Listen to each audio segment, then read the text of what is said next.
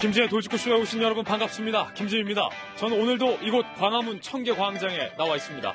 조금 보신 것처럼 나무에서 푸릇푸릇 새싹들이 올라오고 있습니다. 주말에 내린 비로 벚꽃은 져서 벚꽃 엔딩이지만 이렇게 새싹들이 다시 시작되는 따스한 봄날 오늘 월요일 아침 찾아왔습니다. 이 따뜻한 봄 기운 오늘 많이 만끽하시기를 바라겠습니다.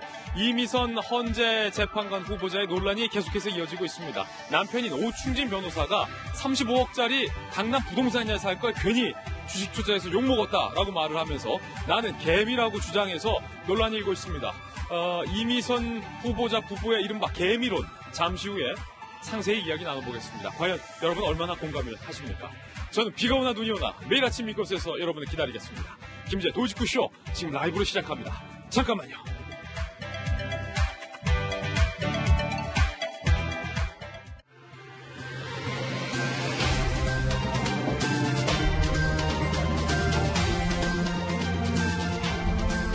신문을 읽어주는 남자입니다. 여러분은 주식 얼마나 갖고 계십니까? 아니면 강남에 35억짜리 부동산이라도 갖고 계십니까? 이를 일컬어 개미다 라는 새로운 개미론이 등장했습니다. 논란이 되고 있습니다. 이미선 후보자 부부의 이야기입니다. 동아일보입니다. 강남 35억 아파트를 차라리 갖고 있었다면 욕 안 먹었을 텐데 오충진 변호사, 이미선 헌재 후보자의 남편이죠. 논란에 기름을 부었다. 동아일보는 제목을 이렇게 썼습니다. 재밌는 제목이네요. 동아일보. 기름 부었다. 같은 표현으로는 불난집에 부채질했다 등등이 있습니다. 투자 규모와 관련해서 오충진 변호사가 강남에 괜찮은 아파트 샀으면 욕 안 먹었을 것이다 라고 말하는데 이어서 주식 투자와 관련해서 부동산 투자로 얻은 소득은 불로소득이고 보다 윤리적인 투자 방법이 주식 투자다라고 강조를 했습니다. 그러면서 우리는 개미다 라고 이야기를 했습니다.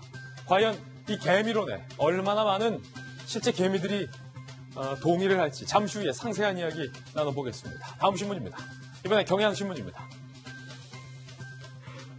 그런데 청와대에선 이미선 후보자의 임명을 강행하려는 움직임을 계속해서 보이고 있습니다. 급기야 청와대에서는 의혹이 해소되고 있다라는 논평까지 내놨습니다. 맞짱 전국 치닫는 여야. 경향신문도 오늘 제목을 상당히 비유적으로 뽑았습니다. 여기서의 이 맞짱 전국은 실제 의미, 야당과 어떤 청와대 사이의 맞짱도 있지만 이미선 후보자 남편이 한국당 의원들에게 우리 맞짱 토론하자라고 제안을 했습니다. 거기서의 맞짱을 경향신문이 묘하게 차용하면서 이 후보자 부부를 그리고 청와대를 꼬집는 듯한 제목을 뽑았습니다. 잠시 후 이야기 나눠보죠. 다음 신문입니다. 이번엔 조선일보입니다. 오늘 신문들 제목이 상당히 재밌군요. 이건 더 재밌어요. 재밌다 못해 황당할까지 합니다. 북한의 김정은이 문재인 대통령에게 오지랖 중재자 행세하지 말라라는 아주 강경한 비꼬는 발언을 했습니다. 오지랖 중재자 행세하지 말라. 아니 북한에는 이런 아주 그냥 얄미운 발언만 연구하는 연구소가 따로 있는 것 같아요. 이쯤 되면. 그러면서 김정은의 2기 지도부 사진까지 공개를 했습니다. 잠시 후에 이미지 전문가 허은하 소장님과 함께 이 단체 사진 이미지 분석도 한번 해보겠습니다. 이 사진 안에 숨겨진 무언가가 상당히 많다고 하는군요. 다음 신문입니다. 이번에 한겨레 신문입니다. 오지랖 중재자. 황당한 일이 발생했습니다. 그리고 비극적인 일입니다. 의사가 떨어뜨린 아기, 결국 분만 중에 이 아기는 사망을 했습니다. 그런데 3년간 이 사실을 부모 몰래 깜쪽같이 감춰왔던 병원이 적발됐습니다. 분당 차병원 이야기입니다. 초음파에는 그 아기의 초음파에는 두개골이 골절되어 있는 흔적, 그리고 그곳에서 출혈이 발생한 흔적이 뚜렷했습니다. 의사가 분만 중에 실수로 아기를 떨어뜨린 이 사실을 부모에게 3년간 꽁꽁 숨기고 이 병원에서는 병사 처리했습니다. 해당 의사뿐만 아니라 부원장 등 조직적으로 은폐하려 한 정황까지 수사당국에 포착이 됐습니다. 정말로 사실이라면 충격적인 일이 아닐 수 없습니다. 그것도 분당 차병원에서. 다음 신문입니다. 이번엔 중앙일보입니다. 세계에서 가장 먼저 대한민국이 한밤중에 5G 시대에 선포를 했죠. 미국보다 불과 몇 시간 앞섰습니다. 그렇게 서둘러서 5G 시대를 개막했는데 막상 강남에서 5G 켜봤더니 통신사 3사 모두 LTE 수준이거나 LTE보다 못하더라. 사진 결과가 나왔는데 자세히 보실까요? KT는 다운로드 속도가 435 Mbps, 그리고 SK텔레콤은 122, LG U+는 261 다운로드 속도가. 아니, 1기가 bps 육박하게 나온다고 5G를 선전하더니 이건 뭐 LTE거나 LTE보다 못한 다운로드 속도가 나오고 있는 게 이번에 검증이 된 겁니다. 업계에서는 5G 서비스가 초기다 보니까 안정화가 안 됐다라고 해명을 했습니다. 이럴 거면 시스템 기반 다 장착해 놓고 정말로 선전했던 것처럼 1기가 나올 때 5G 시대를 선포했어야 하는 것 아니냐라는 비판이 일고 있습니다. 다음 신문입니다. 이번에 한국일보입니다. 내년 오늘 딱 1년이죠. 국회의원 총선, 국회의원 선거가 다가옵니다. 1년을 앞둔 오늘 정치 1번지 종로의 빅매치 이야기가 한국일보에 나왔습니다. 예상하기론 이낙연 국무총리 대 황교안 대표, 황교안 대표 대 이낙연 국무총리가 각각 이 종로 1가로 차출될 가능성이 상당히 유력하다라는 얘기가 여의도 국회 바닥에서 나오고 있습니다. 이 두 분이 정치 1번지 종로에서 붙는다면 이것은 미리 보는 대통령 선거, 미리 보는 대선 사이즈다. 여기서 이기는 사람은 웃을 것이고 지는 사람은 울어도 크게 울게 될 것인데 과연 이 두 분이 정말로 내년 오늘에 종로 1번지에서 맞붙게 될지 저희 돌직구쇼에서 계속해서 그 낌새를 취재해 보겠습니다. 지금까지 신문 읽어주는 남자였습니다. 네, 오늘 아침 저와 함께 등판한 등판 선수를 소개해드리겠습니다. 저희 돌직구쇼 변호사의 전담 변호사의 우리 변한봉 변호사님 모셨고요. 그리고 민주당의 미래, 더 나아가 국회의 미래 박용진 의원님, 바르다 박성생, 박정아 우리 전 청와대 대변인 모셨습니다. 그리고 오늘 여론과 이미지 전문가 두 분을 모셨습니다. 눈에 보이는 모든 것을 의심하고 분석하라. 한국이미지 전략연구소의 허은하 소장님과 그리고 대중들의 마음을 고스란히 분석하는 인사이트 K의 연구소장님이 배종찬 소장님 나왔습니다. 모두 다 어서 오세요. 반갑습니다. 안녕하십니까. 네, 오늘의 키워드도 세 가지 바로 살펴보겠습니다. 오늘의 키워드입니다. 상당히 흥미로운 키워드들이 나왔습니다. 문재인 대통령, 김정은 위원장 사진 옆에 오지랖. 오지랖. 어떻게 이런 표현을, 오지랖. 그리고 이미선 후보자 사진 옆에 맞짱 토론하자. 네, 맞짱. 그리고 박유천 씨 사진 옆에 사랑과 전쟁. 오지랖, 맞짱, 사랑과 전쟁. 이게 다 무슨 이야기인지 오늘 상세하게 하나씩 풀어보겠습니다. 자, 오늘의 탑뉴스로 돌직구쇼 문을 열겠습니다.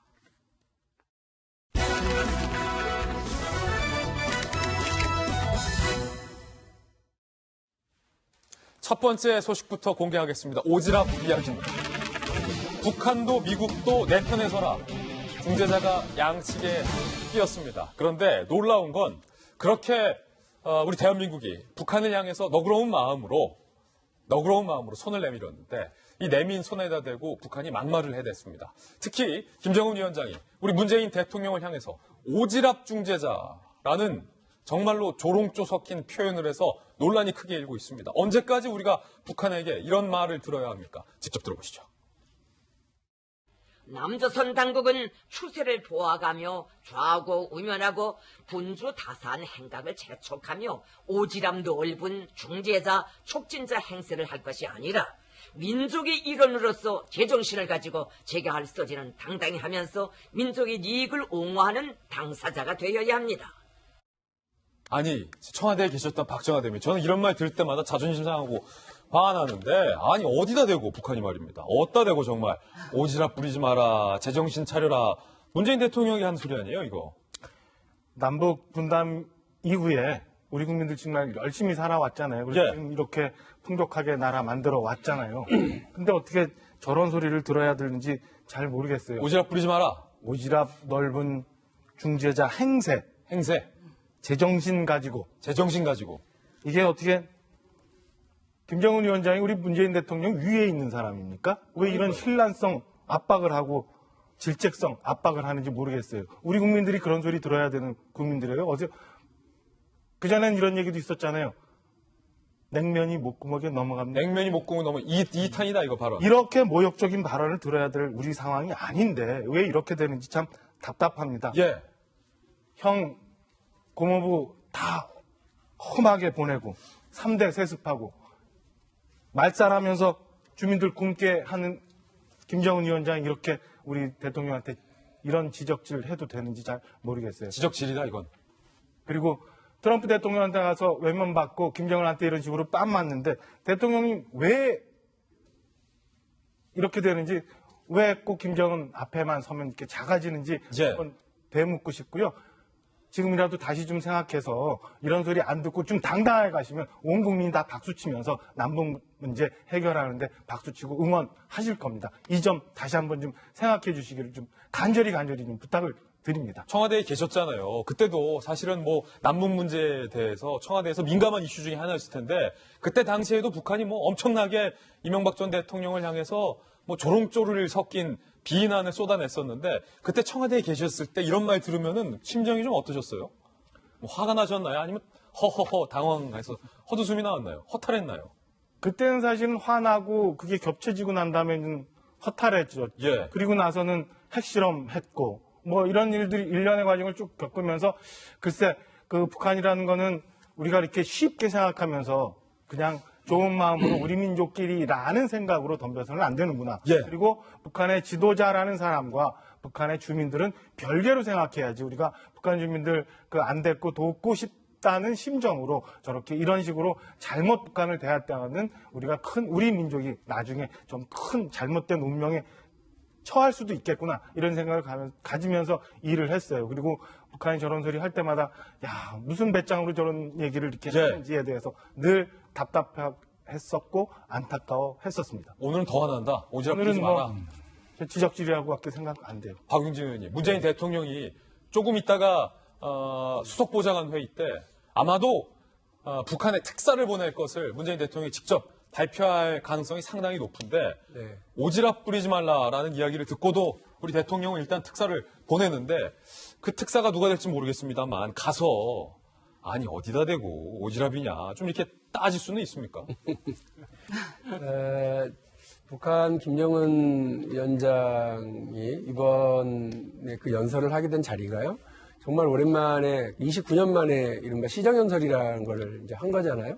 그러니까 자기 국민들 대상으로, 자기 인민들을 대상으로 하는 큰 소리 치는 자리예요. 큰 소리 치는 자리다. 안방 큰 소리 정도죠. 근데 그 내용을 뜯어보면 진짜 우리 다시 한번 고난의 행군해야 되고 궁핍한 생활 갈지도 모르니까 나를 중심으로 똘똘 뭉치자 이런 얘기를 하는 거죠. 그런데 당신도 꼭 굶을 수도 힘들 거다라고 얘기하는 그 나라의 이른바 최고 존엄, 최고 지도자라는 사람의 심정과 입장은 또 어떤 거겠어요? 되게 궁색하거든요. 예.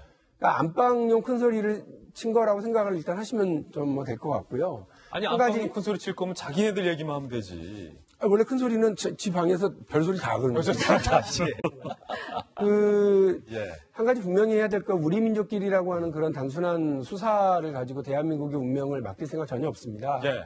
그러니까 대한민국은 이랬든 저랬든 그 분단 이후에요. 해방되고 나서 분단 이후에 미국이 중심으로 하는 그 어떤 세계 질서에 편입되어서 지금까지 북한과 다른 길을 걸어왔고 그 연장선상에서 지금까지 어쨌든 이렇게 경제 발전을 이루고 국민적인 풍요를 이루고 있는 나라입니다. 그런데 그런 대한민국이 이제 와서 예. 우리 민족끼리 하기 위해서 미국의 어떤 주도성으로부터 혹은 미국 체제로부터 이탈해라라고 하는 얘기를 하나만 한 소리인 거고요. 김정은의 소리는 하나만 예. 정신 예. 차리셔야 될 거예요. 그런 말을 가지고서 얘기하는 문제가 아니고요. 그리고 한 가지 분명한 건 중재자라고 하는 입장에서 어쨌든 북한과 미국 사이에서 서로 이렇게 좀 조율을 해보려고 합니다만 당사자입니다, 대한민국은. 예. 대한민국의 목소리를 뭐 오지랖 넓은 중재자 역할이라고 말할 게 아니라 한반도 문제에서 당사자고 여기서 문제가 벌어지면 대한민국이 가장 피해를 크게 보는 당사자이기 때문에 저희들의 입장, 대한민국의 정부의 판단, 문재인 대통령의 이야기 이런 것들을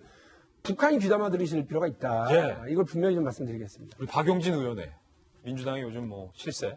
박용진 의원, 김정은 위원장을 향한 돌직구도 들어봤는데 오지랖 부리지 말라라는 발언을 했던 김정은 위원장의 지도부 2기 단체 사진이 공개가 됐습니다. 한번 보시죠. 자, 이 사진을 보면서 뭔가 여러 가지 좀 독특하기도 하고 이미지 전문가께 바로 좀 분석으로 들어가겠습니다. 허수님께서 분석하시기에 이 사진 우리가 어떻게 봐야 됩니까?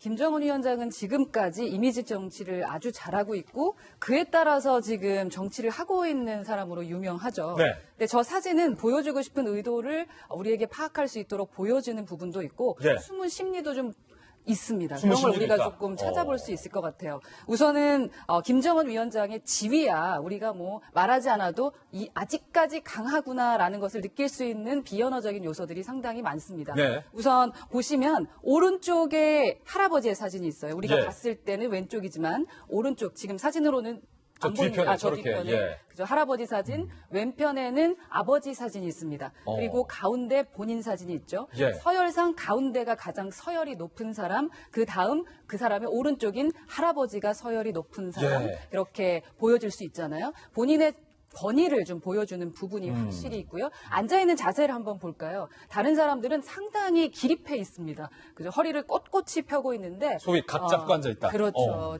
혹시라도 잘못 보일까 싶어서. 저희들 군대 있을 때 그렇죠. 이등병 때 저렇게 앉아있죠. 각 근데 잡고. 김정은 위원장을 보면은 그냥 깊숙이 앉아있죠. 말년병장. 예, 그리고 표정 또한 얼마나 편안한지 모릅니다. 근데 제가 사진 부탁을 했었는데 다리도 한번 유심히 보셔야 될 것 같은데요. 다리요? 네, 김정은 위원장의 발을 보면요. 이렇게 꼬여져 있어요. 그러네요. 예, 그 꼬여져 있는 발은 난 어디 갈 생각이 없어. 지금 아주 편안해. 라는 다리의 표현입니다. 근데 옆에 앉아있는 사람들의 자세는 어떻죠? 빨리 일어나고 싶은 그런 발의 모습이에요. 지금 빨리 우리의 일어나고 싶어 한다. 자세에. 그리고 냉면 먹으러 뒤에, 가면 또 그렇죠. 어디? 뒤에 앉아있는 뒤에 서 있는 김영철을 유심히 보시면 예. 그의 손도 유심히 지켜볼 수가 있을 것 같습니다. 권위 있는 김정은 위원장 바로 뒤에서 손을 올린 유일한 사람입니다. 유일에게도 상당히 좀 익숙한 얼굴이기도 한데요. 그만큼 지금은 조금 힘이 파워가 좀 더 세진 것이 아닌가라는 생각을 조금 더 느껴볼 수 있고요. 그렇군요. 자, 오른쪽에 앉아있는 최룡해를 한번 보시면 예. 최룡해 같은 경우는 어깨 옆으로 삐딱해지신 거 보이시죠? 예. 저 모습은 가까이 하기엔 너무 먼 당신입니다. 어렵다라는 것을 지금 몸으로 보여주고 있는 거예요. 최용의 입장에서는 네, 그리고 손 또한 오른손과 왼손이 조금 많이 다르죠. 자, 그런 모습과 왼쪽에 있는 박봉주 같은 경우는요, 주먹을 불끈 쥐고 있습니다. 예. 기본적인 경제를 강조했던 사람이잖아요. 이 모든 이 사진은요, 기본적으로 이 지위에 대한 권위를 보여주고 있지만 그 안에 또 숨은 의도로 저 모든 사람들의 그 넥타이도 파란색, 그리고 어느 서열로 우리가 앉혀져 있느냐라는 것을 지금 보여주고 있기 때문에 무엇을 지금 김정은 위원장이 중요하게 생각하고 또한 이 메시지는 미국의 트럼프에게도 무언가 메시지를 주고 있는 것이다라는 것을 추측할 수 있는 여러 가지를 추측할 수 있었던 사진입니다. 야, 재밌네요. 우리 허 소장님은 또 돌직구 쇼에서만 사실을 들을 수 있는 이미지 분석이기 때문에 네. 오늘 잠시 후에 또 이어질 여러 가지 이미지 분석 2탄, 3탄도 많은 기대를 해보겠습니다. 그런가 하면 우리 통일부가 북한의 눈치를 보느라 이른바 통일 교육 자료에서 흡수 통일 얘기를 쏙 뺐다. 라는 사실이 확인됐습니다. 일각에서는 이거 북한 눈치를 봐도 너무 본다라는 지적이 나오고 있습니다. 함께 보시죠. 어떤 내용일까요? 통일부가 흡수 통일 독일 사례를 아예 통째로 드러내버렸다는 거예요. 매년 초등학교, 중학교, 고등학교, 대학교에 배포하는 통일 교육 교재인 통일 문제 이해라는 책자에서 2017년도 버전에는, 그러니까 지난 정부죠. 총 8페이지에 걸쳐서 독일, 베트남, 예멘 통일 사례가 소개됩니다. 독일 통일과 같이 남북한 통일 기회 갑자기 찾아올 수 있다라는 이야기가 적시되어 있었는데 2018년 정부가 바뀌었죠. 현 정부로. 8페이지짜리가 3페이지로 축소되더니 올해는 아예 흡수 통일, 독일 통일 사례가 통째로 삭제됐다. 평화 번영의 한반도 경제가 대체됐다는 겁니다. 남북의 경협을 크게 강조했다라는 겁니다. 이뿐만이 아닙니다. 북한의 인권 부분도 통째로 삭제된 것이 확인됐습니다. 통일교육원이 발간하는 통일문제 이해라는 그 책에서 지난해 북한 주민의 삶 개선 차원에서도 통일이 필요하다라는 어떤 북한의 인권 문제가 올해는 그냥 통째로 다 삭제된 걸로 확인됐고요. 통일은 북한 주민도 자유와 복지 등 권리를 누릴 수 있게 해준다라는 표현도 올해 통일은 남북 구성원 모두가 자유와 복지 등 권리를 누릴 수 있게 해준다라는 것으로 수정이 된 부분이 확인이 됐습니다. 고려대학교의 유호열 교수는요, 이렇게 지적을 했습니다. 역대 정부는 독일 통일을 모델 중 하나로 삼아 여러 준비나 연구를 해왔는데 현 정부가 이를 모두 부정하고 있다. 통일 준비를 목적으로 만들어진 통일부가 통일 자체는 무관심한 것 아니냐라는 지적을 했습니다.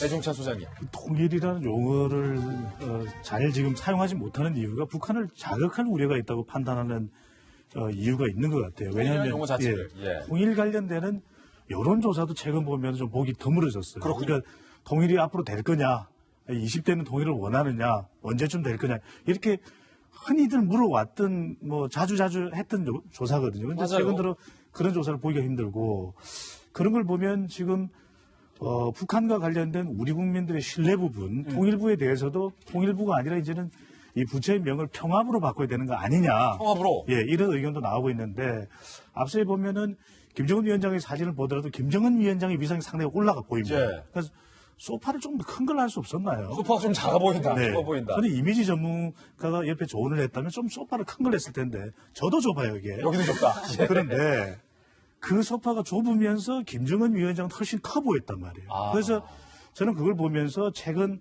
각종 여론들을 분석을 해보면 예.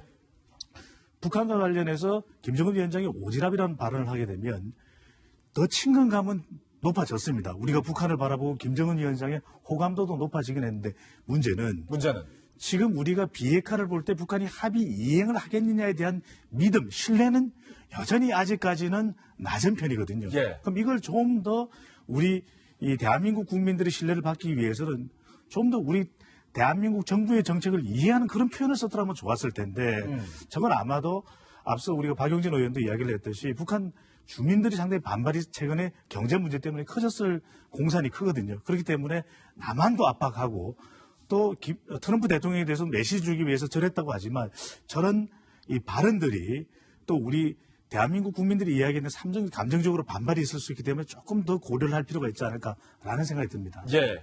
변한봉 변호사님. 아니, 결과적으로 보면 유월 교수가 지적하듯이 북한의 눈치 보느라 흡수 통일이라는 표현을 교과서에 다 드러냈다라는 건데, 아니, 저쪽은 우리 보러 오지랖 부린다라는 막말 하는데 우리는 정작 북한 눈치 보느라 독일 통일 사례도 못 든다면 우리 어렸을 때 다 배웠잖아요. 흡수 통일, 독일 통일. 그럼 저도 한 30년 전에 통일교육을 받았을 때 내용과 2017년 교재 내용이 다르지 않은 것 같습니다.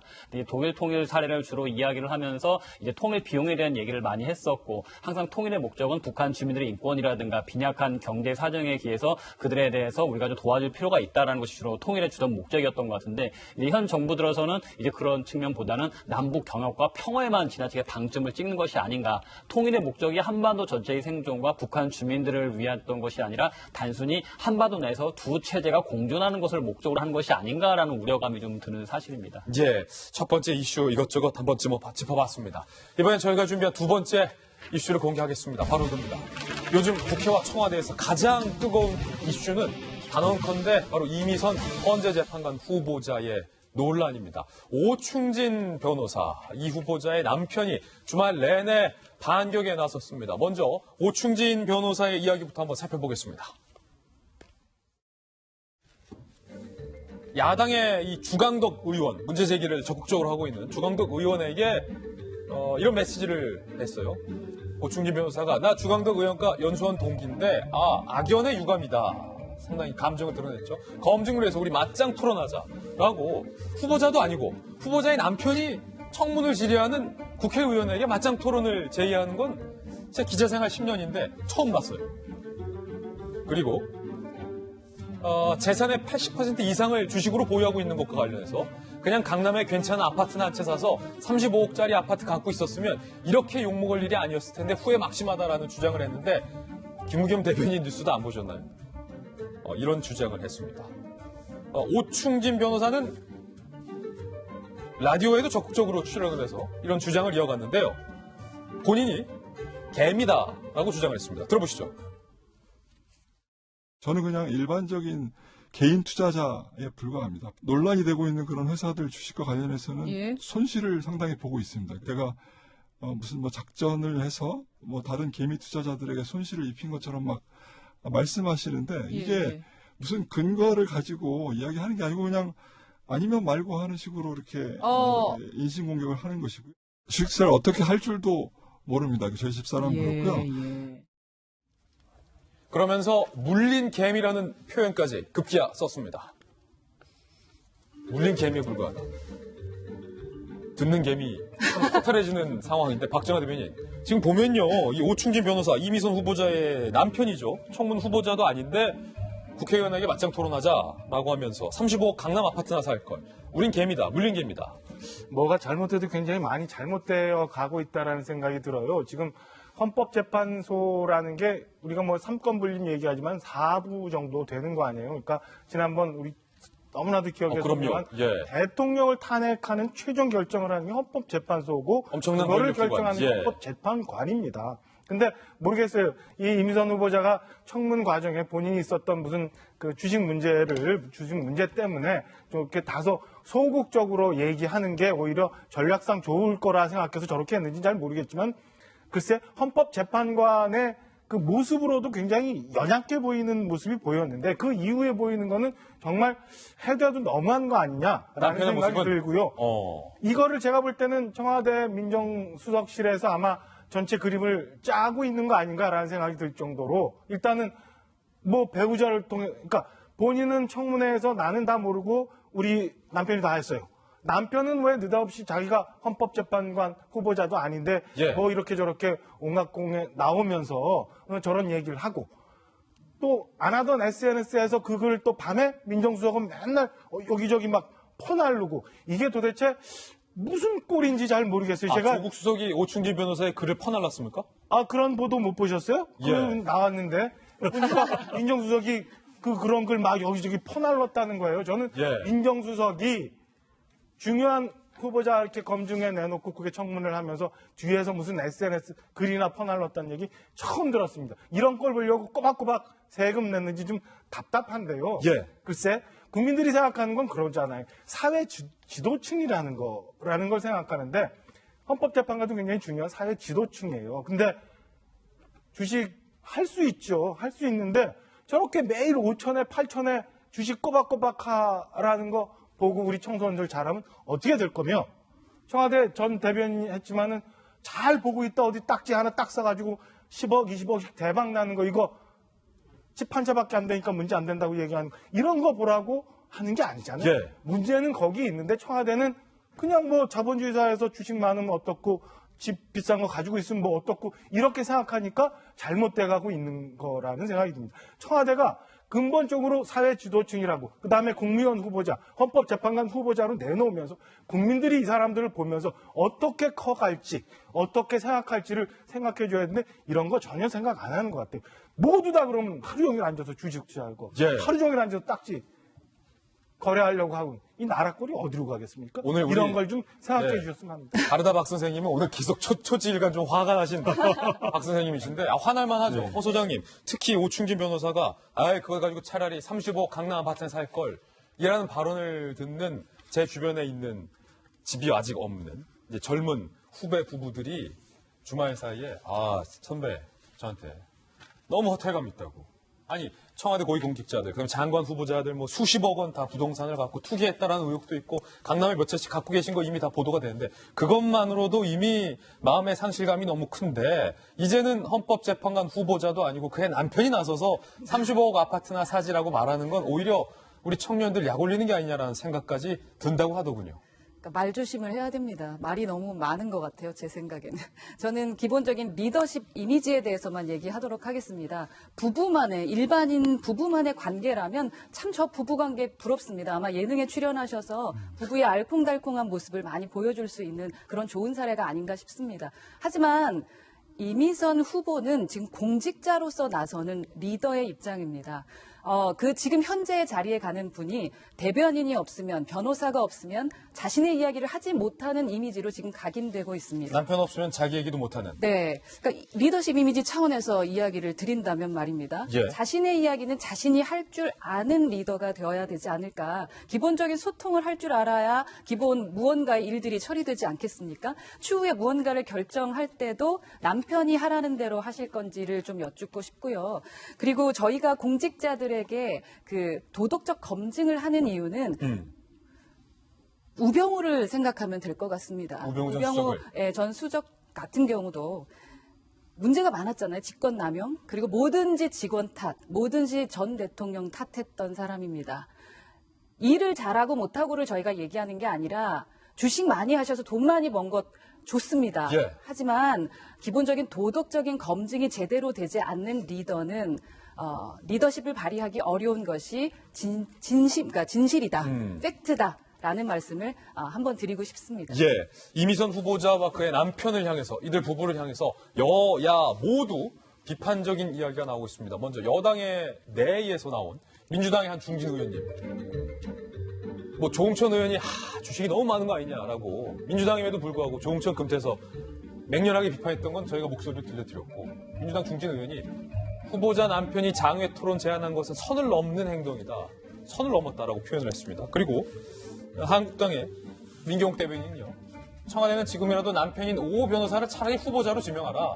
헌재 결정문도 어차피 남편이 대신해 줄 것 아니냐라는 지금 비판도 있는데 오늘 한국당에서 변호사 변호사님 이미선 후보자 부부를 검찰에 고발할 예정이라고요. 예. 어떤 혐의입니까? 일단은 가장 큰 것은 내부자 정보를 이용해서 그 회사에 대해서 그 불리한 공시가 나오기 전에 주식을 매도했었고 그 이후에 다시 샀다라는 점, 내부자 거래가 가장 크게 될 것 같습니다. 그 외에 뭐 이해 충돌이나 문제라든가 여러 가지 있긴 할 텐데 가장 큰 거는 그 문제가 될 것이고 거기에 있어서 이제 오충진 변호사는 맞짱 토론이라도 해보자, 한번 다퉈보자, 의혹을 해소보자 얘기를 합니다.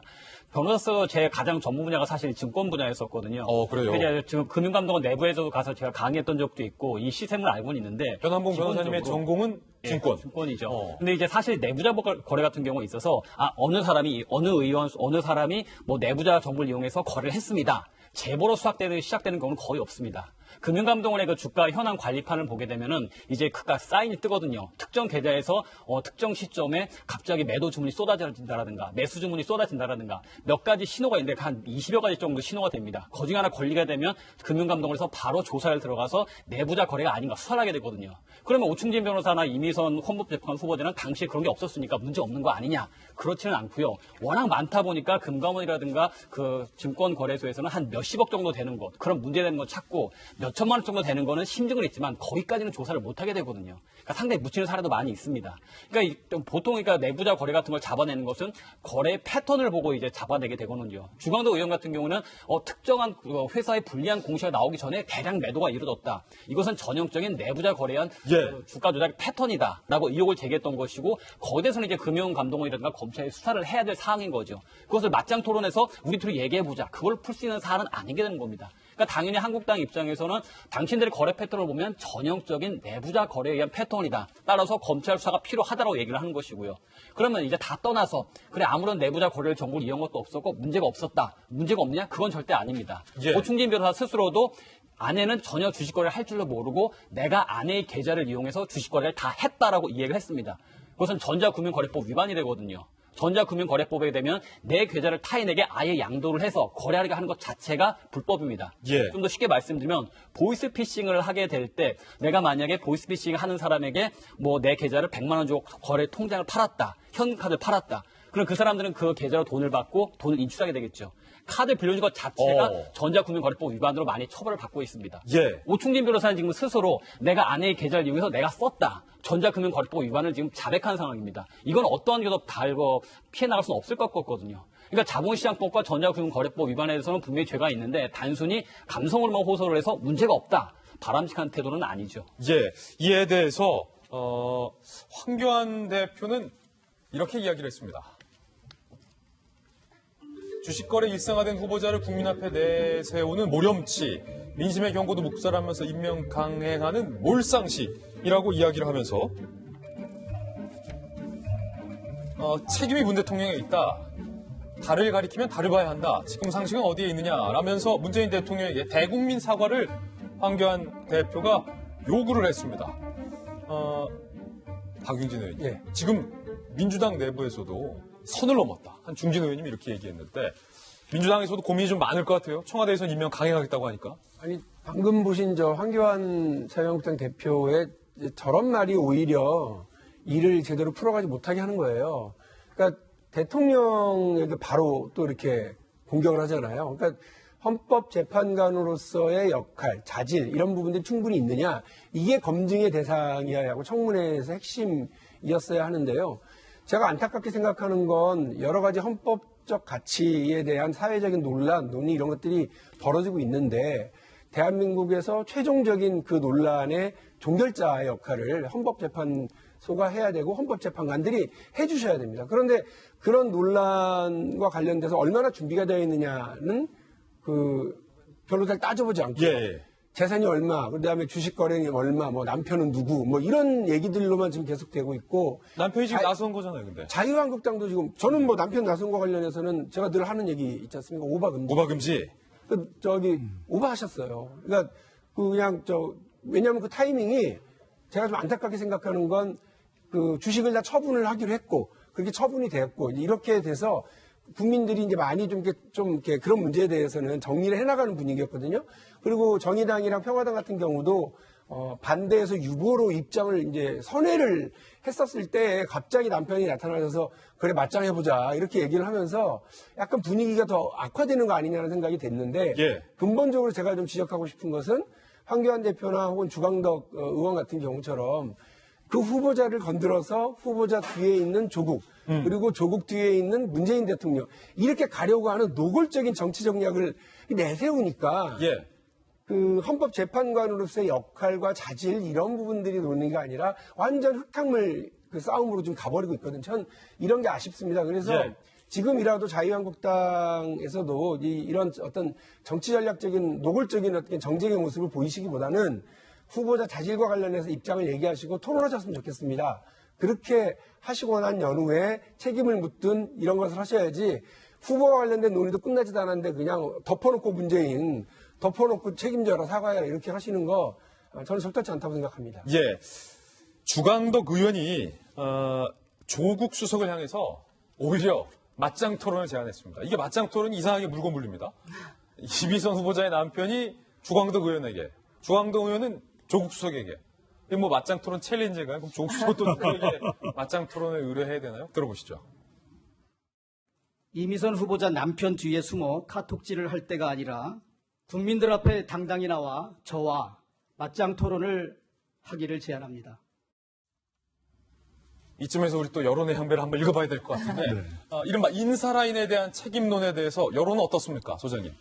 책임을 묻고 있죠. 그동안 공직자 인사가 계속 문제가 있었기 때문에 그런 부분에 대해서는 부정적으로 이 조국 또 조현옥 수석에 대해서 책임이 있다가 10명 중에서 6명 가까운 58.4%, 책임이 없다가 34.9%고요. 특히 이제 더불어민주당 또 대통령의 핵심 지지 기반이라고 할 수 있는 이 진보층에서도 이 책임과 비책임이 거의 반반 정도 팽팽하게 나오고 있는데, 근데 여기서 우리가 좀 한번 주목해 볼 부분은 책임은 있다고 인식을 하고 있는데 여론이 과연 이 조국 민정수석과 조현옥 인사수석을 경질해야 되냐? 예. 이러면 또 달라져요. 그건 또 다르다. 또 다릅니다. 이거는 왜냐하면 이 부분에 대해서는 대통령의 국정 철학을 이어가고 있는 또 핵심 인사이기 때문에 조국 수석을 경질했냐에 대해서는 다소 여론이 이 책임하고는 온도차가 있습니다.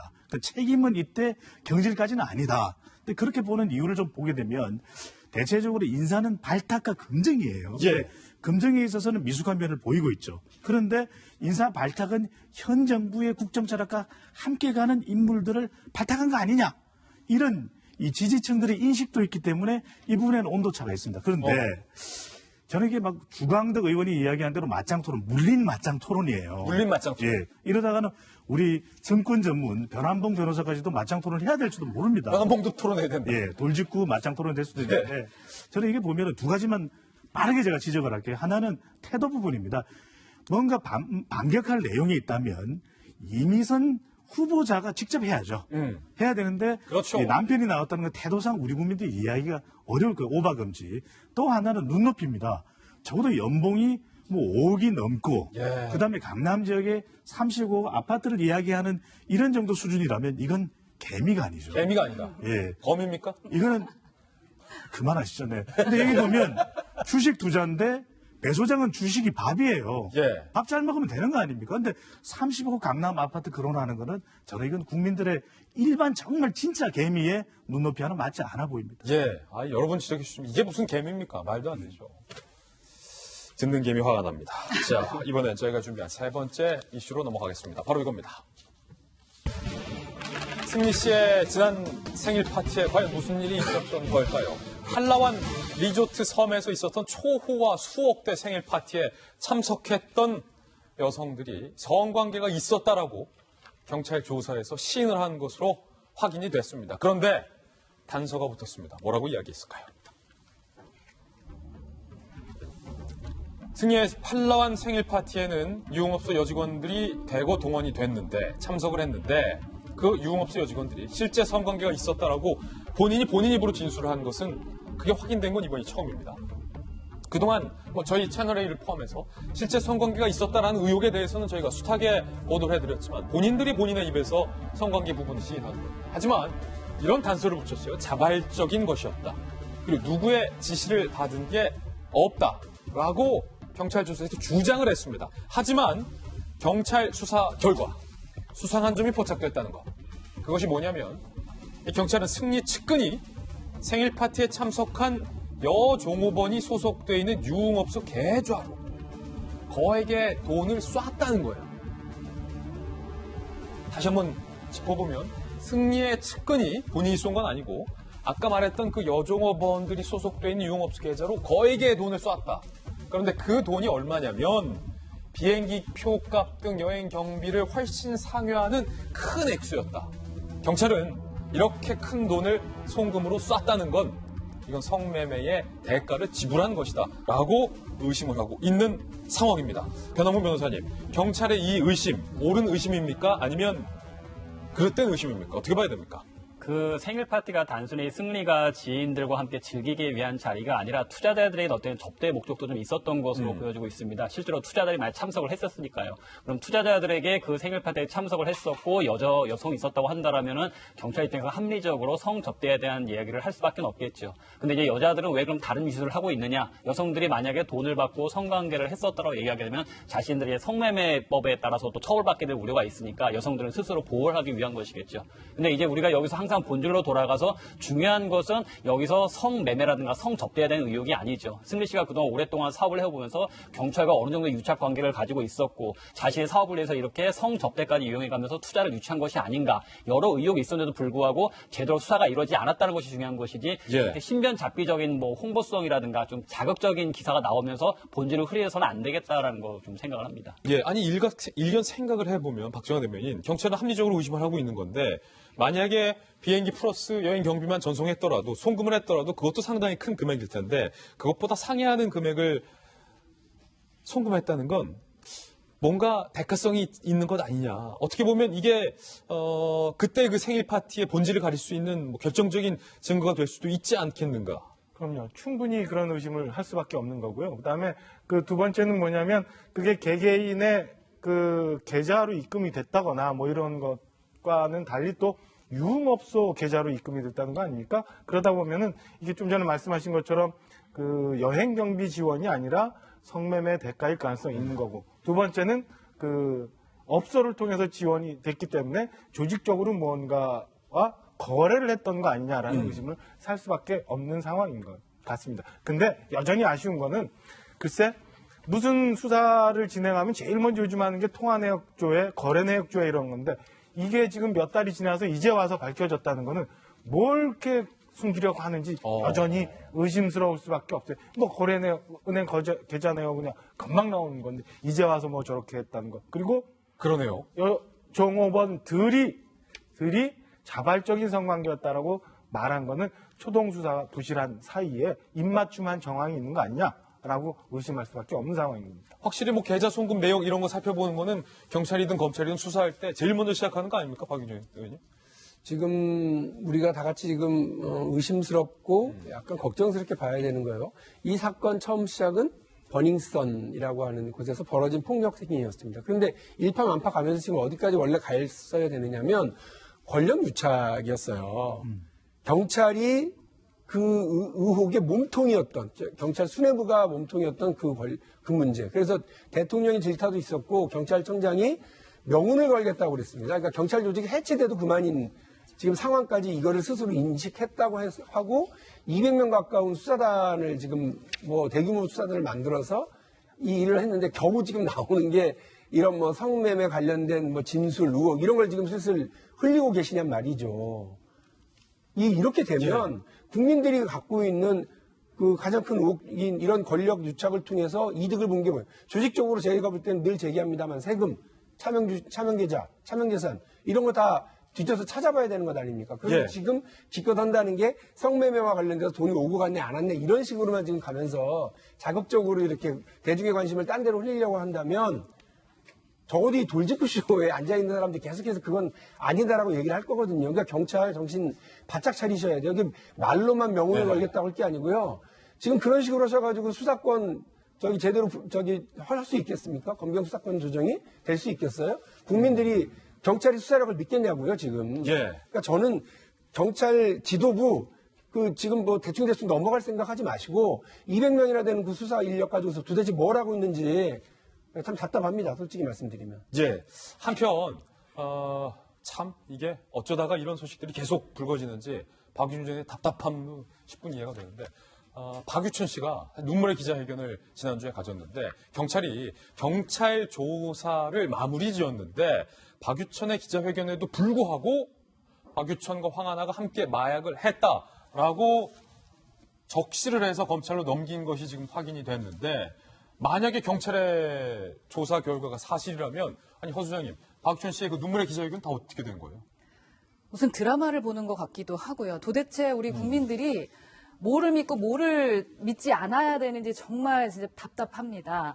박윤천 씨 같은 경우는 만약에 정말 사실이 아닌 것을 가지고 눈물의 기자회견을 했다면 수많은 연예인들, 수많은 아마 셀럽들에게 많은 피해를 줄 것 같다는 생각이 듭니다. 그들의 눈물을 이젠 더 이상 믿지 않을 것이거든요. 사실 기존에는 이미지 전략 차원에서 내가 먼저 이렇게 각인 효과를 주는 경우가 있습니다. 나는 그렇지 않다라는 기사가 더 많이 나가게 되면 네. 추후 어떤 일이 벌어졌을 때도 우리는 저 기억을 더 많이 하게 되기 때문이죠. 예. 만약 저게 거짓 시였다면 국민들은 정말 충격에 빠질 것이고 충격이죠. 예, 앞으로는 모든 연예인이든 공인들의 눈물을 아마 믿지 않게 되지 않을까라는 생각이 듭니다. 예. 배준찬 소장님이 마약 관련된 또 흥미있는 통계를 또 오늘 준비해 오셨다고요. 네, 그렇습니다. 이 심각한 것이 버닝썬으로부터 시작된 것이 경찰 또 권력가의 어떤 유착이 있는지 밝혀되지만 더 심각한 것은 이제 마약이 우리 주변에 있습니다.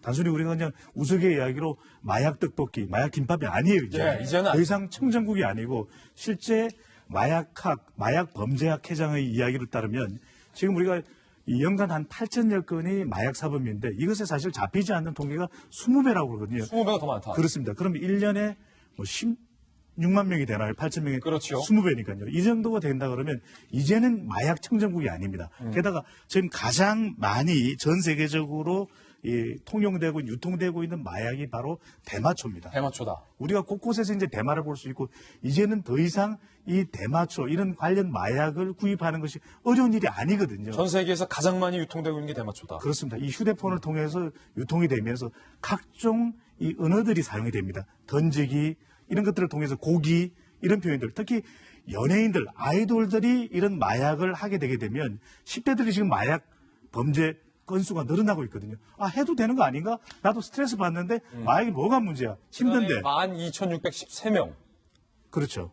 그 정도로 이 단속되는 건수는 저렇지만 실제 잡히지 않는 것은 그 이상이라고 하는 것은요. 얼마나 우리 가까이에 와 있으면 지금까지 이런 마약은 없었다. 마약인가 말이 안 되는 약인가. 그러니까 최근에 이 개봉됐던 영화를 보더라도 마약왕, 이 극한 직업에서도 내용이 마약을 다루고 있거든요. 문제가 심각합니다. 예, 일상이 된 마약에 대한 어떤 이제는 우리 스스로 경종을 좀 울려야 될 시점이 아닌가라는 생각도 해보는 순서였습니다. 이번엔 저희가 준비한 다음 순서입니다. 취재 수첩 Y가 준비되어 있습니다. 오늘은 어떤 사건이 준비되어 있을지 저와 함께 이동하시죠. 네.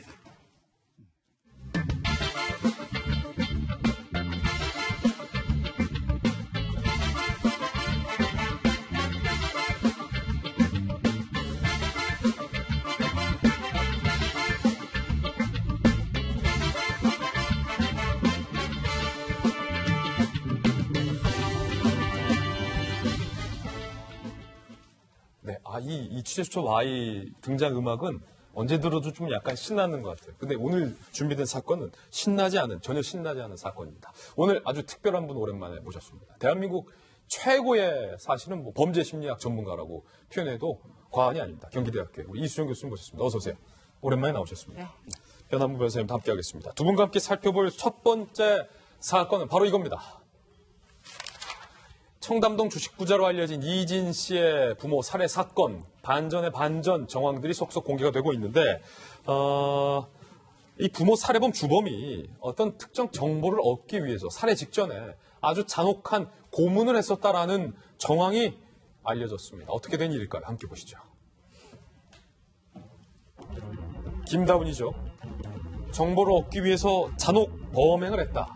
고문 흔적이 이 씨의 부모의 시신에서 발견이 됐다는 겁니다. 지난 2월 25일 김다운과 중국 출신의 공범 3명이 이진 부모의 자택에 침입을 했죠. 그리고 살해 후 시신을 유기했는데 부친의 시신을 부검한 결과 머리가 손상돼 있고 머리뼈가 골절이 됐고 모친을 부검한 결과 얼굴과 목 부위 충격 및 압박 흔적이 있었다.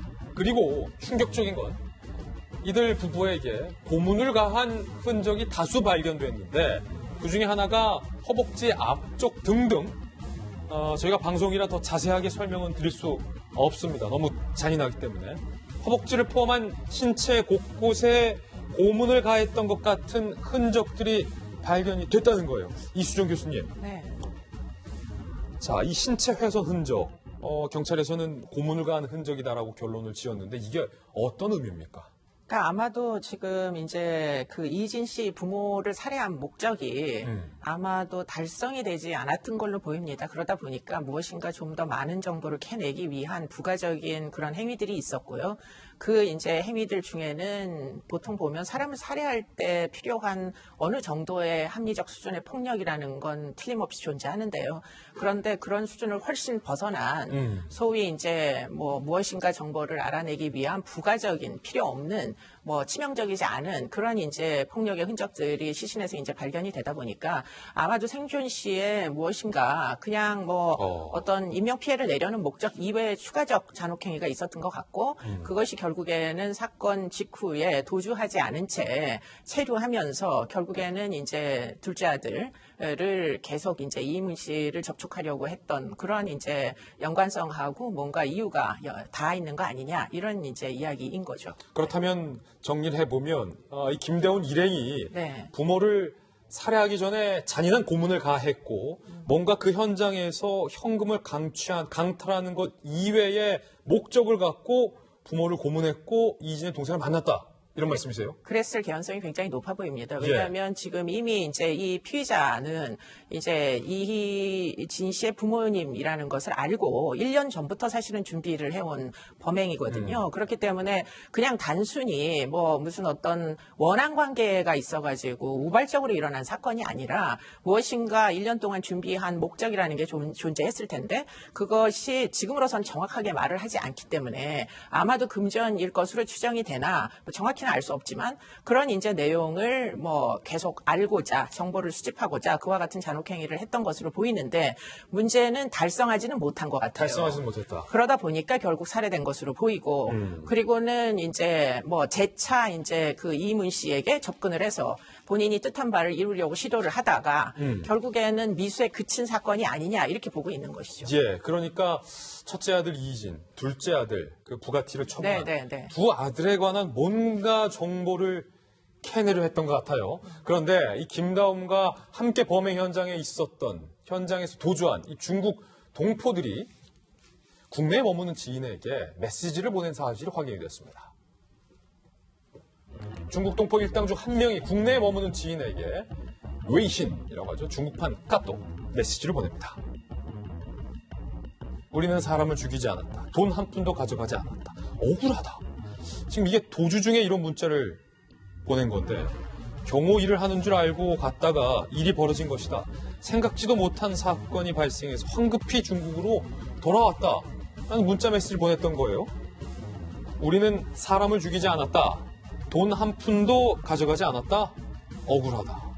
라는 문자 메시지를 그 경험 없는 중에 지인에게 보냈다는 것도 상당히 흥미로워요. 근데 사건 초기서부터 김다운 씨와 중국 동포들은 서로 책임을 떠넘기는 관계였었죠. 김다운 씨는 중국 동포들이 갑자기 사람을 죽였었다라고 얘기를 했었고, 중국 동포들은 그게 아니라 김다운 씨가 그 이진의 부모를 죽였다고 얘기를 하고 있습니다. 근데 사실 이걸 해석하는 간단한 방법은 결국 돈의 흐름이거든요. 현재 5억 원 중에서도 7천만 원 행방이 가려져 있지 않다고 하는데, 만약 김다운 씨 말대로 중국 동포들이 우발적으로 살해를 저진 것이라고 한다면 그에 대한 대가를 줬을 겁니다. 근데 지금 현재 5억 중에서 압수된 금원에서 뭐 변호사 비용이라든가 시신을 유기한 창고 임대료, 그다음에 또 밀항 비용 그런 쪽으로 돼 있는데 7천만 원에서는 행방이 나오지 않고 있어요. 만약에 중국 동포들이 돈을 가져갔다고 한다면 김다운 씨 쪽 입장에서는 7천만 원 그 사람들 줬었다. 그 사람들이 사람을 죽이고 너 돈을 주지 않으면은 뭐 이것을 신고하겠다라고 해가지고 뺏겼다라든가 그렇게 된다라면 김다운 씨 진술의 신빙성을 가질 수가 있겠죠.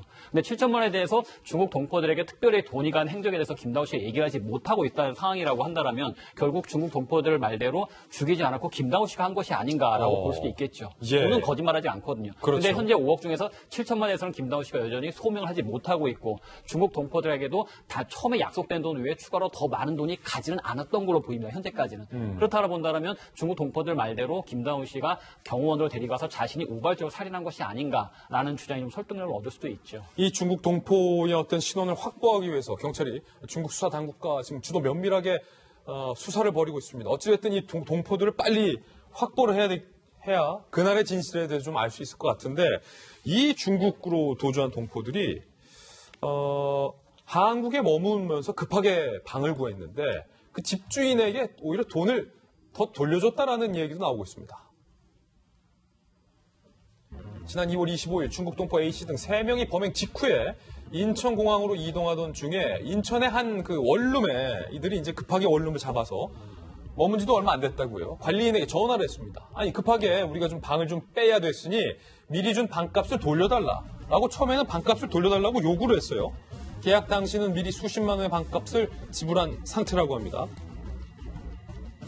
그런데 관리인은 아니 당신들이 계약을 파기해 놓고서 그럼 우리가 손해지 않느냐? 오히려 20만 원을 방 청소 비용으로 더 받아야 된다라고 관리인이 얘기하자 이 중국 동포가 관리인과 실랑이를 벌이다가 관리인 요구대로 또 순순히 그냥 돈을 더 줬어요. 방값을 돌려받으려다가 돈을 더 줬어요.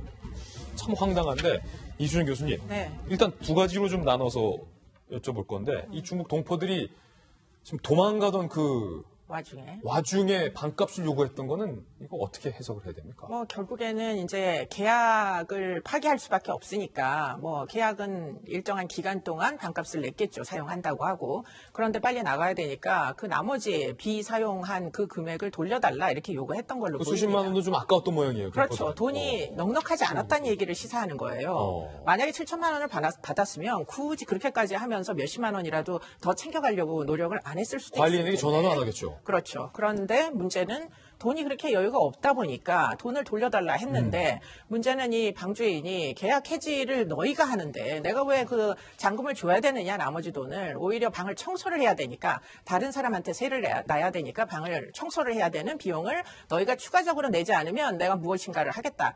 해서 결국에는 이 중국 동포들이 나름대로 뭔가 겁을 먹고 추가적으로 20만 원을 송금한 정황인 거예요. 겁먹고 돈을 내준 거군요. 오히려 말썽이 될까 봐. 그렇기 때문에 그런 얘기는 무슨 얘기냐면 이 중국 동포에게 과연 7천만 원이 갔느냐가 의문시 되는 것이고 결국에는 이 중국 동포가 정말 경황 없이 중국으로 그날 저녁 때 비행기를 타고 떠나야 되는 무엇인가 필연적인 이유가 있었을 것 같고 떠나면서 한국에서의 일이 말썽을 빚지 않도록 하기 위해 가지고 굳이 20만 원을 돌려주지 않아도 되는 거 아니에요. 한국에 다시 안 돌아올 거면은. 그렇죠. 그런데 그럼에도 불구하고 방주인에게 20만 원을 줬다는 정황은 뭔가 말썽이 빚어지지 말아야 되겠다는 생각을 절박하게 돈도 없으면서 절박하게 할 만한 정황을 이미 알고 있었다는 얘기가 되는 거죠. 그렇다는 말은 이 주범 네. 김다운이 지금 계속해서 거짓말로 수사당국을 헷갈리게 하고 있는데 김다운이 아직까지 정말로 그날의 진실과 범행 진짜 목적에 대해서는 입을 지금 다물고 있고 그렇죠. 누가 죽였는지에 대해서 입을 다물고 있는데 김다운이 지금 밝히지 않고 숨기고 있는 뭔가가 있다는 건데 간단치 않은 사람이군요, 김다운. 근데 그게 이제 우리가 합리적으로 사고하는 사람들이 상상하기에 적합한 이유 때문인지 아니면은 김다운이라는 독특한 캐릭터의 이제 사고 과정 중에 밝히지 말아야 되겠다 이렇게 생각하는 그런 이유 때문인지 정확하게 그 이유는 지금으로서는 알기 어려워요. 예, 지금 우리 수사 당국이 인터폴에 적색 수배를 내린 상황이라는 것, 이 중국 동포에 대해서도 덧붙여서 말씀을 드리면서 두 번째 취재 수첩 사건을 살펴보겠습니다. 이건 다소 황당한 사건입니다. 군대 안 가려고 치킨을 먹고 살이 찐 한 남성에 관한 사연입니다.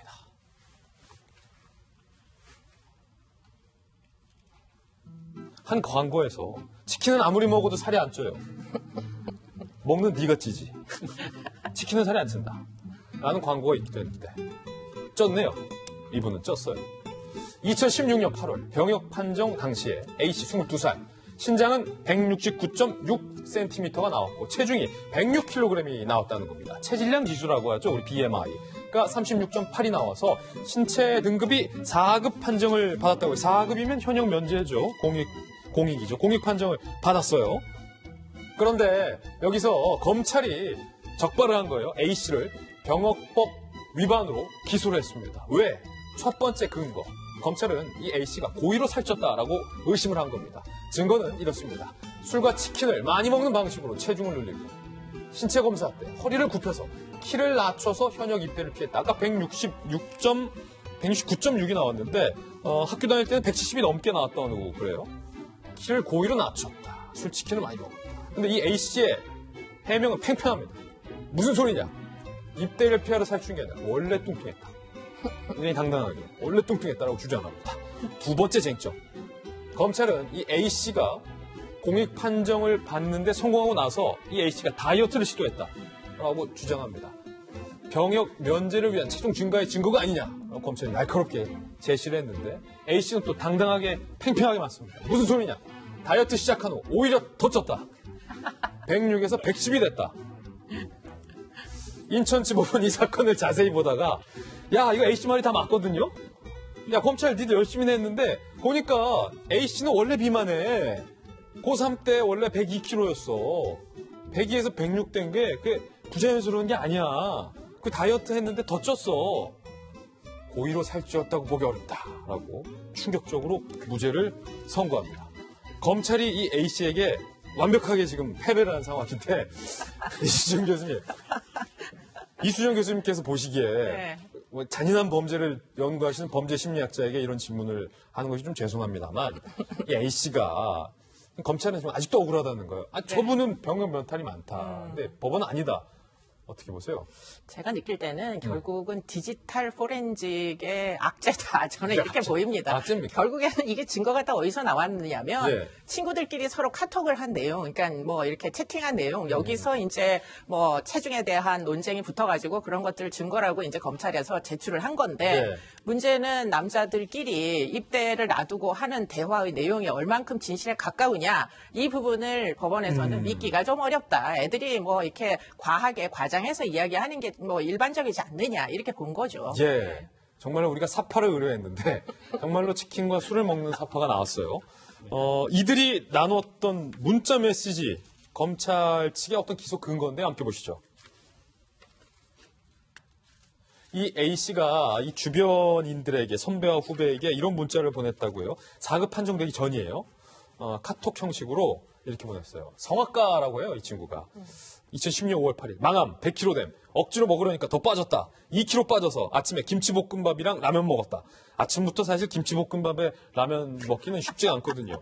2016년 5월 15일에는 나 98kg 됨. 망함. 살이 점점 빠짐. 그러니까 변호사님, 검찰 입장에서는 또 아니 이게 주요 증거로 좀 볼 수 있을 것 같아요. 왜냐하면 신체 검사하기 전에 먹는데 이게 살이 더 빠져. 통상적으로 이제 그 병역 의무를 면탈하기 위해서 살을 찌운다고 하면 저처럼 70kg 된 사람이 100kg 넘어가는 경우를 보통 많이 기소를 하고 이것처럼 이번에 한 경우는 많지는 않았었죠. 근데 이제 기본적으로 성악가 학생이라고 했었는데 성악하시는 분들은 이제 울림통이라고 해서 또 체중을 많이 찌우기도 합니다. 그렇죠. 또 예민하다 보시니까 또 이제 입대를 앞두고 오히려 스트레스를 많이 받아서 살이 좀 빠졌을 수도 있었겠죠. 그러니까 친구들 대화하면서 아니, 어차피 나는 면제인 줄 알았는데 요즘에 신경을 많이 쓰니까 살이 쪽쪽 빠지고 있다. 어떡하냐 했더니 많이 먹어라. 그런 식으로 농담이 살이 쪽쪽 빠졌다. 네. 너무 빠져서 98kg가 됐다. 큰일 네. 났다. 그럼 치킨이라도 라면 먹어라. 기름 끼는 게 좋다 해서 살을 좀 찌웠었던 것 같은데 검찰은 이제 지나치게 우리 이수영 교수님 말씀하셨던 것처럼 그 당시에 문자에만 집착을 했었던 것 같습니다. 근데 판사님은 전반적으로 이 학생이 원래 뭐 이렇게 100kg 넘어가는 과다한 체중이어서 특별히 이제 문제가 될 상황은 아니었었고 물론 입대 전에 스트레스를 받으면서 이제 뭐 체중이 98kg까지 떨어졌을 수는 있기는 하겠지만 예. 그게 이제 뭐 고의로 이제 입대를 안 하기 위해서 살을 찌웠다고 보기보다는 그냥 친구들과의 단순한 농담이 아니겠느냐. 그 병역을 면탈하고 살을 찌운다는 것은 10kg, 20kg 아니면 몸에 중대한 어떤 질병을 만든다라거나 진단서를 위조한다거나 그런 걸 말하는 것이지 우리 법이 그렇게 1, 2kg 왔다 갔다 하는 것까지 하지는 않는다. 예. 조금 더 넓게 보셨던 것이죠. 근데 굉장히 저는 판사님 말씀이 너무 상당히 설득력이 있는 게 고등학교 때 이 친구가 워낙 102kg였어요. 예. 그리고는 그 이후에 체중의 변화를 다 확인을 하셨습니다. 그래서 판사님이. 네, 2016년도에 106kg, 2017년도에 110kg, 2018년도에 111kg 이렇게 다 체중을 확인을 하고 보니까 원래부터 100kg 이하를 나간 적이 없는 거예요. 원래부터 잠깐 스트레스 받았을 때 빼고 네, 계속 뭐 지금 유지했다. 아까 뭐 90 몇 킬로 돼서 망했다 이런 얘기잖아요. 근데 그게 사실은 진실이 아닐지도 모른다. 친구들끼리 서로 주고받는 뭐 대학생들 사이에서 있는 일종의 농담, 아침에 뭐 김치볶음밥을 진짜 먹었는지 안 먹었는지 그거 알 길이 없잖아요. 예. 그러다 보니까 결국에는 이제 포렌식 증거라는 것이 사실은 정말 그것 자체가 객관적 증거가 되느냐 그렇지는 않은 거죠. 네. 네. 결국 우리 바쁜 검찰이 사실은 시간을 좀 허비한 것이 아닌가라는 서글픈 결론에 이르는 두 번째 좀 다소 황당한 사건을 범죄심리학 교수님까지 모셔서 저희가 한번 분석해봤습니다. 이번엔 골프 왕제 타이거 우즈 소식. 화려하게 정말 얼마만입니까? 화려하게 부활을 했습니다. PGA 투어 첫 대회인 마스터스에서 통산 5번째 극적인 우승을 달성하며 메이저 대회 정상에 우뚝 선 겁니다. 모든 관객들이 일어나서 타이거를 외치면서 우리말로 하면 호랑이죠. 타이거를 외치면서 기립박수를 쳤고 몇몇은 믿을 수 없다, unbelievable을 외치며 눈물을 흘리기도 했답니다. 그간 무릎 수술에 불명예스러운 성 스캔들에 거기에 또 허리 부상에 정상적인 경기를 하지 못했던 타이거 우즈. 지난 2017년 더는 선수 생활을 할 수 있을지 모르겠다라고 고백하며 약한 모습을 또 인간적인 모습을 보여주게 됐습니다. 그랬던 그가 14년 만에 44살의 나이로 또다시 골프의 최고 훈장을 받게 된 겁니다. 우승 상금이 207만 달러, 우리 돈으로 하면 23억 원으로 역대 최고를 경신했습니다. 부상, 스캔들 등 암울한 시간을 이겨낸 후에 극적인 역전승은 더욱더 값지고 감격스럽다는 평가가 나오고 있는 만큼 영원한 골프 황제 타이거 우즈의 화려한 부활을 다시 한번 축하드립니다. 어떻게 하면 좋아요? 어떻게 하면 좋아요? 바른미래당. 특히 바른미래당의 운명과 또 손학규 대표의 거취를 둘러싼 내부 갈등이 점점 심화되고 있습니다. 지난주부터 바른정당 의원들이 손학규 대표의 사퇴를 요구하며 최고위 회의를 보이콧하고 있는 가운데 손 대표가 비어있는 지명직 최고위원 2명을 임명 강행해서 정면 돌파를 할 것이다 라는 것으로 알려지고 있습니다. 이 하태경 최고위원이 예스맨 2명 임명은 막갑하다. 지도부 총사퇴를 촉구하는 연팡장을 돌리겠다 하면서 어찌 보면 항명, 반란으로 보이는 집단 행동을 예고했습니다. 바른정당계와 국민의당의 어떤 그 계파와 계파 간의 정면 충돌까지 불가피해 보이는 상황. 바른미래당의 대주주인 유승민, 안철수 두 사람은 한편 지금 뭐하고 있냐. 당이 이 상황인데 책임론까지 불거지고 있습니다. 그러고 보니 지금 얘기가 잘 안 들려요, 두 사람. 하지만 유승민 전 대표는 자신의 역할에 대해서 함구하고 있고 현재 독일에 있는 안철수 전 대표도 함구하고 있기는 마찬가지. 바른미래당은 이번 주 의원총회를 소집해서 당의 내분 상황을 다시 한번 논의할 예정으로 최대 고비가 이번 주에 맞게 될 것으로 보입니다. 바르다 박 선생님. 이게 말입니다. 이 손 대표를 두고서 바른미래당의 내분이 간단치가 않은 것 같아요. 점입가경하는 것 같고요. 오늘 아침 하루 직전에 있었던 보도를 보니까 손 대표 이런 말씀하셨더라고요. 내가 자리 보존을 위해서 사퇴를 거부하는 건 아니다. 나는 중도개혁 정치, 이게 바로 손학규 정치인데 이걸 하려고 좀 하고 있는 거다라는 얘기를 또 하셨더라고요.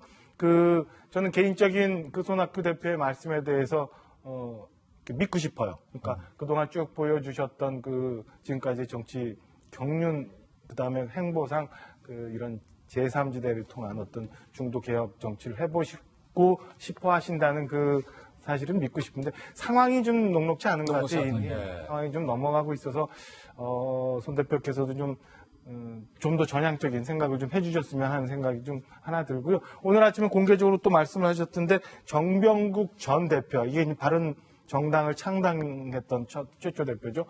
이 양반한테 그 혁신위원장을 맡겨서 당 전체성을 확립하고 추석 때까지 당 지지도가 10%가 되지 않으면 그때 가서 사퇴하겠다 이런 말씀을 하셨더라고요. 근데 글쎄요, 추석 때까지가 아니라 좀 전에 말씀하신 것처럼 이번 주 안에 저는 바른미래당의 여러 가지 상황이 많이 정리가 될 것 같다는 생각이 들고 네. 이미 그 안에 이제 화학적으로 결합할 수 없는 두 당이 좀 합쳐서 뭔가를 해보려고 도모를 해왔는데 사실상 지금 보면은 제가 볼 때는 뭐 큰 성과를 기대하기 어려운 상황인 것 같아요. 이럴 때는 좀 더 빨리 뭔가 정리를 하고 나서는 게 좋지 않을까라는 생각이고 독일 가 계신 안철수 대표께서는 이미 일본뿐만 아니라 이제 대한해협을 건너오고 계신 상황 아닌가 심리적으로 뭐 이런 생각까지 들 정도로 바른미래당의 내홍이 내 한 치 앞을 보지 못하는 그런 상황인 것 같습니다. 결과적으로 배 소장님 이 네. 갈등의 어떤 종착점은 구 바른정당,